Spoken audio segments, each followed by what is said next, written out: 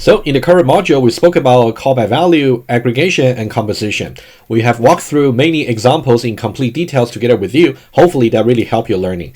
And to conclude the lecture, this module here, I would like to just give you more examples and exercises to reinforce your understanding. The first one is more like an exercise for coding. Okay, so let's say under the directory class where we want to support composition.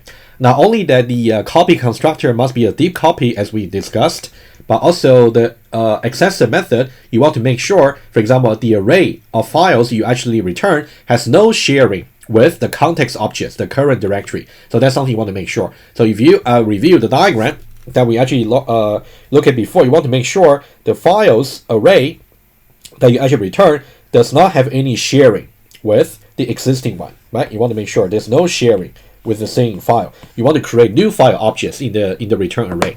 So that's the way to do it.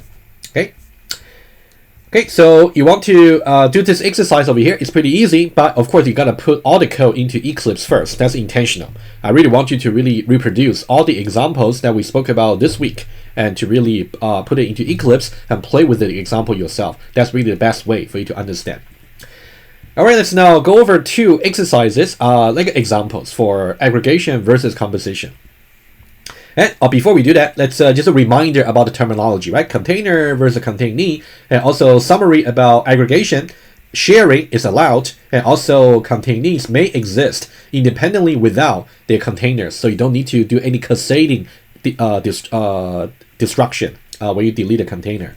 On the other hand, composition, meaning that the containers own exclusively the containees. In that case, you want to make sure the containees cannot exist without the containers. Whenever you want to delete a container, you want to delete all the containees under that. Okay, that's the principles we have gone through already. And let's now see one more example here. Aggregation and composition may exist at the same time. Right, so it might be just that at the class level, you may just want to say some methods should really support sharing, meaning aggregation, and some methods or constructor may support composition by disallowing sharing. Right, it should really be flexible enough. Let's consider some real-world example. Consider the prison lab in our Lausanne building. So that's the natural language description. Each workstation owns their own CPU, monitor, and keyboard. So, for example, any neighboring workstations, they do not share the CPU, they do not share their monitor, they do not share their keyboard. So that sounds more like a composition idea, right? And on the other hand, all the workstations share the same EECS department network. So that's aggregation, right? So how do you actually express that diagrammatically? Something like this. You can see, let me show to you over here. So what we have is we got aggregation and also composition. Let's talk about aggregation first. You can see this one here. So for the network attributes for workstation 1, the network attributes for workstation 2, network attribute for workstation 3, all of them actually point to the same network objects. Let me draw a little bit better. And also this one here, they also point to the same one and also point to the same one, right? So that's composition. Sorry, that's aggregation because they are sharing.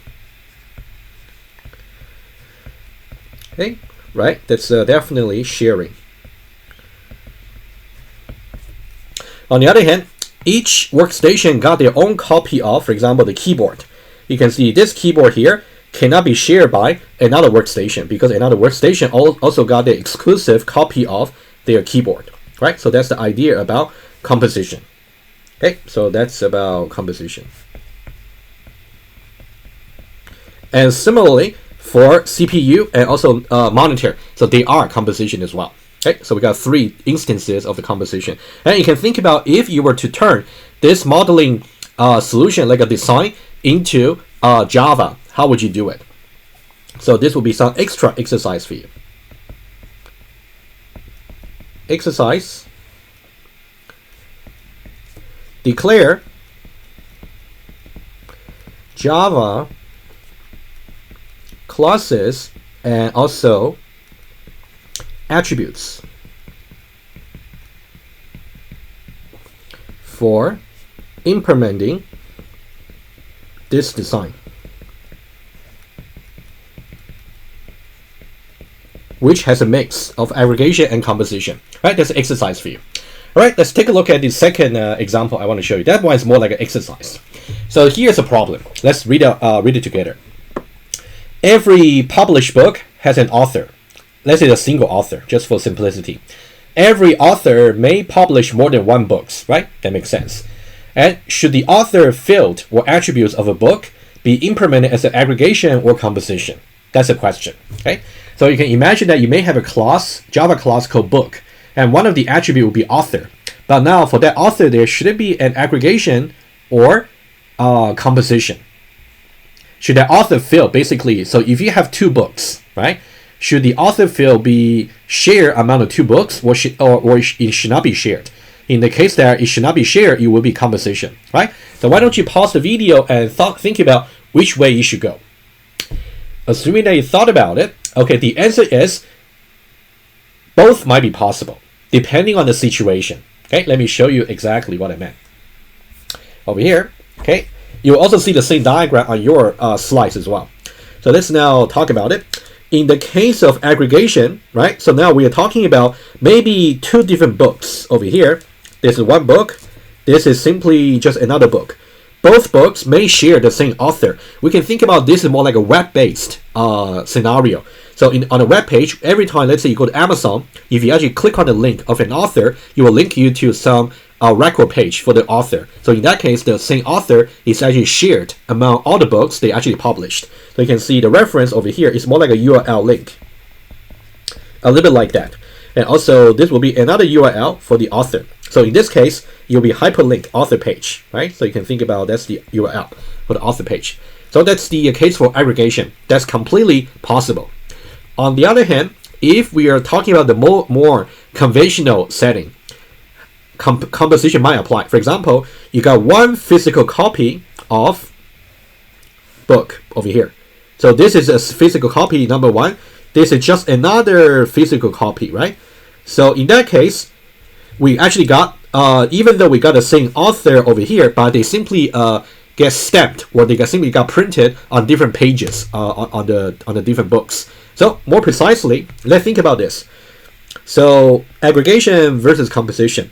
You want to think about what if the author field gets modified. And think about this question being analogous to the earlier example that we spoke about. For example, when we try to modify the name of a particular file, is it going to impact another directory, for example, right? In the case of composition, it should not. But in the case of aggregation, it may be, right? Let's think about these two cases, right?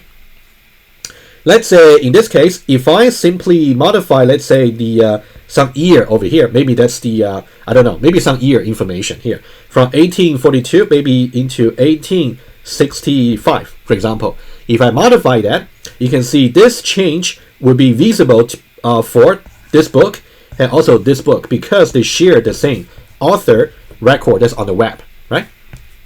That's now highlighted. Okay, so that's aggregation. That's the phenomenon for aggregation. So this 1865, that's the change. So this change will be visible, is visible to all containers. In this case, the book. To all containers, the books sharing this containee, which is the author page. Okay, that's how you can see it. And what about we try to change the author field in the case of composition? Let's say we change the physical copy, right? Let's say, for example, if I try to modify this particular copy, right? Let's say this copy here, which is completely separate from this copy here. Modify that to 1865, right? You can see after I've done this change over here, so what's going to happen is change only applied to its owned. It's owning, meaning that container owns the containee. It's owning container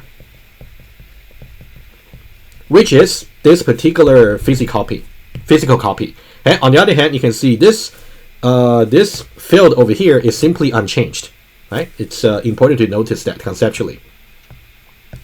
So this part here is simply unchanged. All right, so that's about the exercise. Hopefully you got some that can reinforce your conceptual understanding about aggregation versus composition. Let me go back to the slides, and we are basically almost done. Okay, let me just suggest what you should do beyond this lecture. Okay, so beyond this lecture, as I said, I intentionally did not include any source code for the aggregation example, the student, course, and faculty, and also the composition example, the file example. It will be up to you to really put them into Eclipse. And then specifically, I want you to use the debugger to verify about whether or not there is sharing. We know about how to check the object ID and addresses on Eclipse. I would like you to try that out. I'm pretty sure that will actually help you to understand the material even more, to verify what we discussed in the lecture. All right, so that's about it for this week. I'm running out of time, so we will start from next week, which will be week number 7. We'll start talking about the most exciting topic for the course, which is about inheritance.